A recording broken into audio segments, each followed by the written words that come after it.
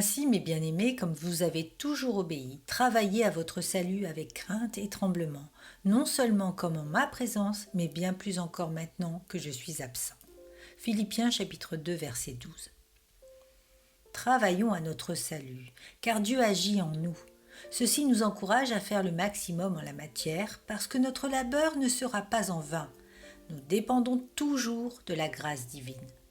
L'œuvre de la grâce de Dieu consiste à nous donner la vie spirituelle et à motiver nos efforts. La volonté de Dieu à notre égard est à l'origine son œuvre excellente en nous. Accomplissez votre devoir avec bonne volonté, sans le critiquer éventuellement.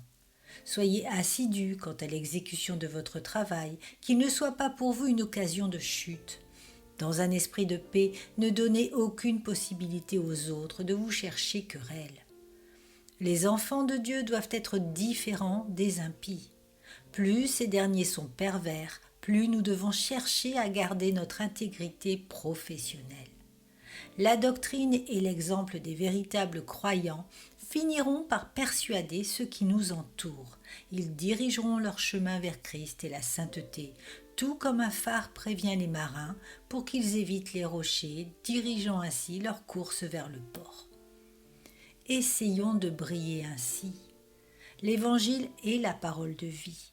Il nous faut connaître la vie éternelle au travers de Jésus-Christ. Une course sportive est synonyme de plein engagement et de vigueur, d'avance continuelle. Le travail exige de la constance et une ferme application.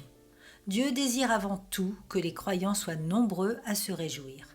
Ceux qui ont la chance de bénéficier du service de fidèles serviteurs de Dieu ont de grandes raisons de se réjouir avec eux.